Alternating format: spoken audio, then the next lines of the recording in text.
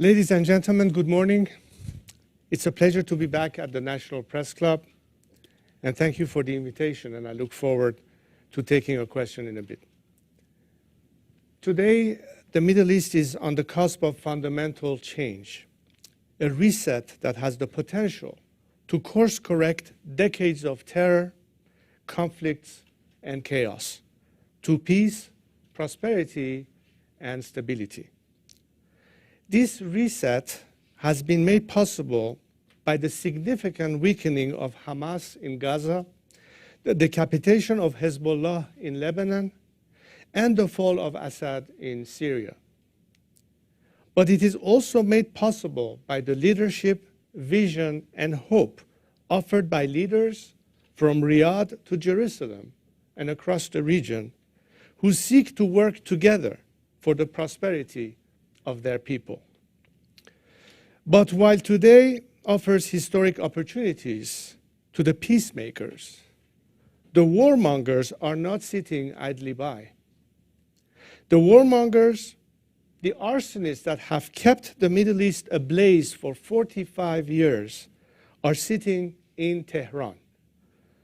Ali Khamenei and his regime, even those they send you in well-spoken English and smiles, do not seek to be part of this burgeoning peace. They seek to destroy it. How do we know? Because they've not just told us, they've shown us.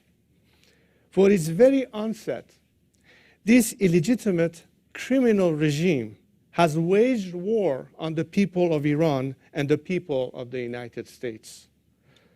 While it murdered our bravest generals, it took your embassy staff hostage. While it killed our intellectuals in chain murders, it blew up your Marine barracks in Beirut. When it slaughtered our most courageous youth in the street, it attempted to assassinate your president, Donald Trump. Death to America is not just this regime's slogan. As Ali Khamenei himself says, it is its policy. But today, with its proxies in shambles, the Islamic Republic is weaker than ever. So afraid of its very survival and willing to do anything to save itself, in the coming weeks and months, you will probably see a different face of the Islamic Republic. It will not speak the language of jihad, hostage-taking, or chaos.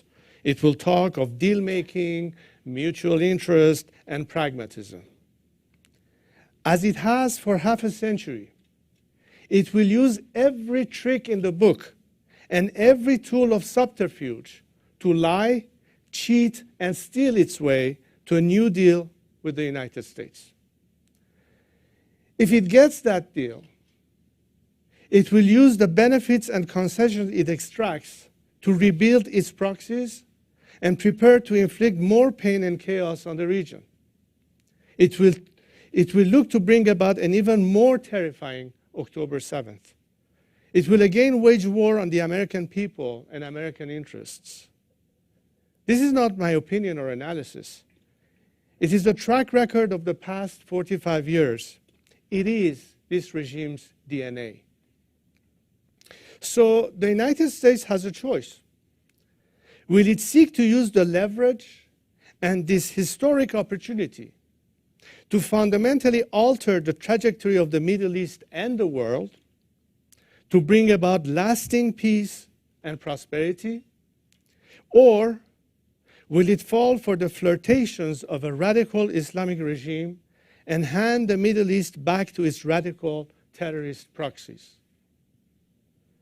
Of course, the first option sounds like the obvious choice.